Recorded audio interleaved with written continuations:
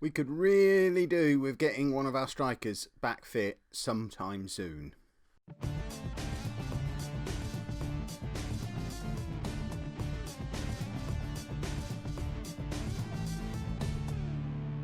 Hello and welcome to Season 17, Episode 2 of Non-League to Legend. I'm Kev, and coming up on today's episode, we have a Champions League game at home against the team that knocked us out last year, Valencia, and a Premier League game away against Manchester United. Since you were last with me, form had been going okay.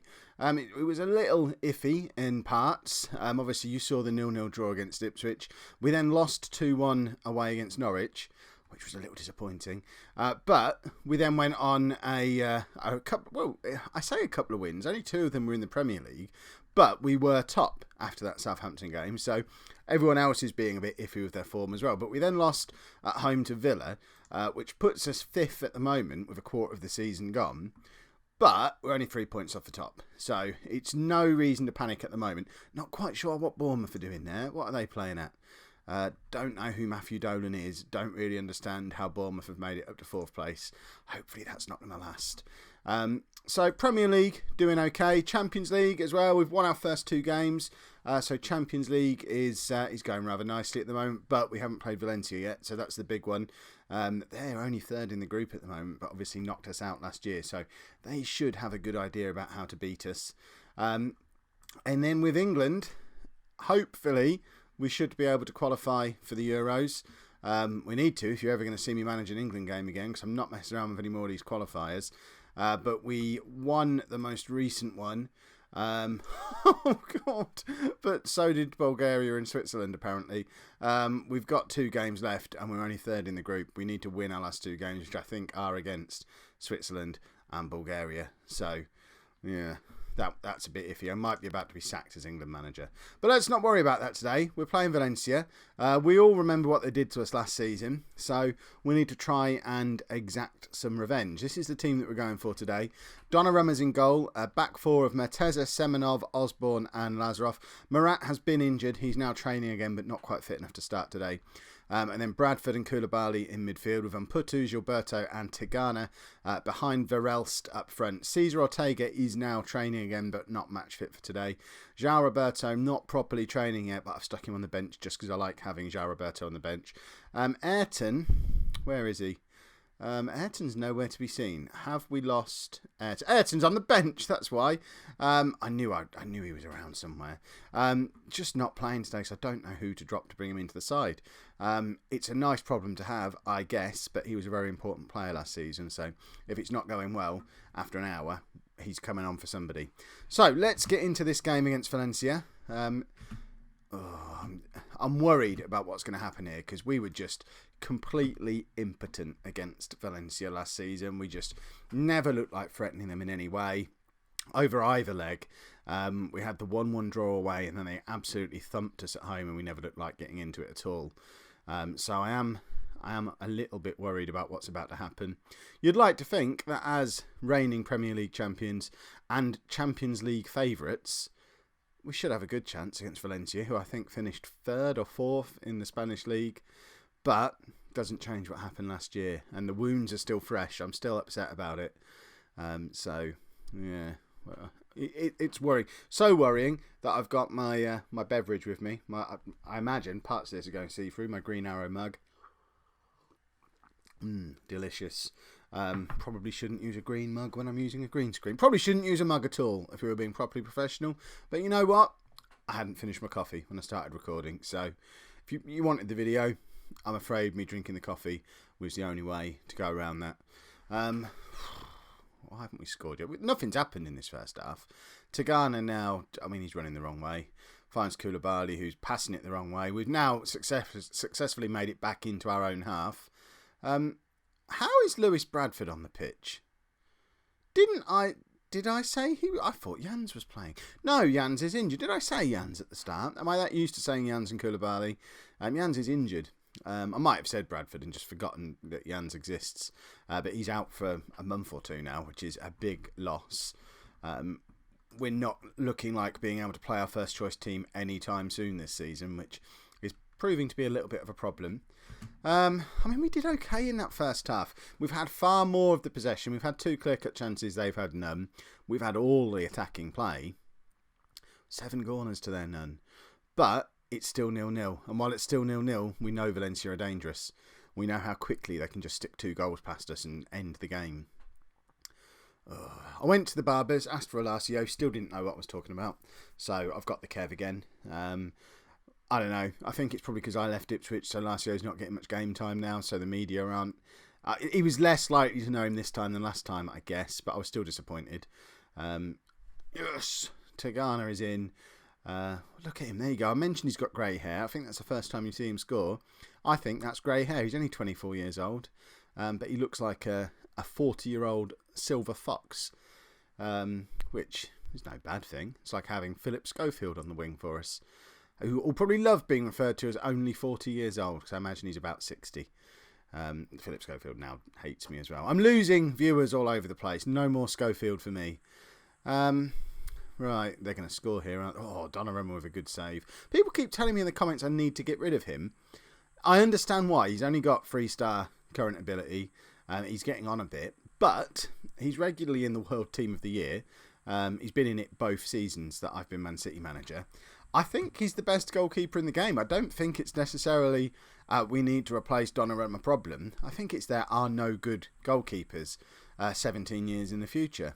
I think that's the problem. And it all comes down to what we've mentioned this before about how the AI just refuses to get rid of the old men, and goalkeepers can play on much longer than the other old men, and you're less likely to give an opportunity to a younger chap in goal. So I just don't think the regen goalkeepers, that whole generation, didn't really get a chance, while the likes of Joe Hart and Jack Butland were just playing on into their 50s. Right, I want to get Ayrton on. I'm going to bring him on for Koulibaly, I think, and just shift things around a little bit and do... I might even leave Gilbert. Gilbert has played there a couple of times for us now, so I'm going to leave him there. We'll make Ayrton a winger. And then we're going to bring Cesar Ortega on for Verelst. He should be okay to play 20 minutes. Really, we want him back properly playing, ready for the Man United game. And Ron Osborne, the main man, my hero Ron Osborne, who also looks like he's got bits of grey in his hair.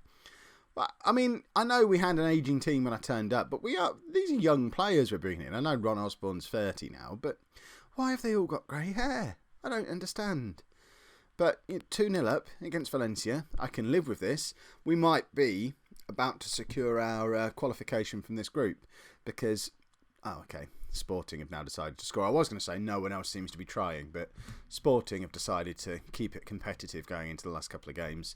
Why do I not have any central midfielders on the bench? This is a smacks of poor planning to me. I'm going to bring Diawara on for Bradford anyway, because I think Umputu can go back there. Yeah, you see? Flexibility from our midfielders these days. That's how we do it. That is quite an attacking lineup now. I like it. I don't remember if I've mentioned Massimo Diawara yet as a Man City player. That might be the first time you've seen him. Obviously, he was out on loan at Ipswich last season, but did play 5 games for my England team. He's back now. He's one of the 3 or 4 trained by Man City players we've got in the squad. And he's been playing all right. He's actually started quite a few games. When we had that good run of victories, he was starting most of them. Well done, Matt Kilgallen. You've upset everybody. Let's see if I can rescue this. I can't think of anything that needs addressing. Well, no wonder everyone's switched off. Let's calmly say, yeah, I was impressed with you. Let's see, cheer him up a bit. Matthew Kilgallen, you're a monster sometimes. Yes, well done for controlling the midfield. And up front, yeah, cheer him up. Yeah, so Gilberto is confused. I can probably understand why. Me and Matthew Kilgallen have just done the good cop, bad cop routine. But, hopefully that'll spur them on ready for the Man United game that happens now. So, the team for Manchester United, just a couple of changes, just really to keep things freshened up. In the back four, Murat is now fit again, so he comes into the back four at the expense of Merteza, who was playing at left back. Yeah, that's right. I've moved Lazarov over to left back, where he can now play. You haven't seen him play yet? No, you get to see him. Ron Osborne moves out to right back, Semenov and Murat in the middle. And then Diawara comes into the attacking four. Umputu makes way, drops down to the bench, just really a fitness thing, trying to keep him fresh as possible and have the opportunity to use him as an impact substitution. I had hoped Cesar Ortega would be fit to start this game, but he's not reacted well to playing for 20 minutes against Valencia, and he's now shattered. João Roberto's back in full training and is there as an option to come on if needed. Although, to be honest, I'd be more likely to bring on Ayrton and push Gilberto forward, or bring Umputu on if we need to make changes in the attack, because I don't want to break João Roberto. So it'll only come on if he's desperately needed. So, playing Manchester, yeah, I'm just resting Umputu. Leave me alone. I can rotate my squad. It's only Man United. Oh, that was probably a mistake, wasn't it? I realise as well, I refer to Matthew Kilgallen as Matt Kilgallen a lot on this channel. If you are Matthew Kilgallen and you watch this channel, which I assume you do, if you don't like being called Matt, just hit me up in the comments and let me know. If anyone knows Matthew Kilgallen, or Matty, as I like to refer to him, feel free to hook me up with his phone number or email address, something like that, so I can go and shake his hand in real life and pose for some photos with him. You know, he's my assistant manager at Manchester City and at England. He was with me at Ipswich for a long time as well as a youth team coach. So I feel like we've got this bond that needs to be cemented in the form of a photograph and a handshake. So there you go. The call is out there. Go find me Matthew Kilgallen. Or Matt Kilgallen. Ask him what he likes to be called best. And then I'll probably ignore it and carry on calling him Matt, regardless what he says. Because, why did they have to do that? I knew that. You could see that was going in from the moment that was a free kick. Oh, that was just disappointing. And I don't like the way United leapfrogged us in the league table as a result of it as well. I mean, look, it's just Donnarumma probably should be doing better than this, because it's pretty much in the middle of the goal. Now I'm starting to understand a little bit more why you're all saying I need a new goalkeeper. Hopefully Pepe Vargas will be that man. Although Billy Willis is on the bench today. No particular reason for that, other than the fact that he's probably slightly better at the moment. And why not let Vargas play some under-21 games, which I think is what he's knocking around doing down there at the moment. I've moved him into the under-21 squad for a bit of development for a little while, because Willis is too old to play down there. Right, we need to get back into this game. It's getting close to that emergency situation where we bring on João Roberto. I'm just really conscious. See, now it's not worth bringing him on, because if we're 2 goals down, I don't want to risk breaking him. It's more important that we have him fit for the rest of the season than we have him on to get a goal back against Man United. I don't care about local bragging rights. This defeat will still leave us only 3 points off Arsenal at the top of the league. It's by no means a complete disaster, and we need our strikers back fit again. Because Verelst, he's going to be good. He's not quite there yet, though. He needs to prove me wrong now if he wants to start again this season, though, because with the 2 big guys coming back to fitness, he's going to struggle to get on the bench. Oh, Verelst is in. Forces a good save out of Bergman in the Man United goal. Should we scout him? Not that Man United won't sell me a player. I've been trying to sign Liam Talbot from them for the last 18 months, and they're not having any of it, despite the fact he doesn't play for them ever. And he plays every game for England, though, and I'd quite like him in my Man City team. But they're not having any of it.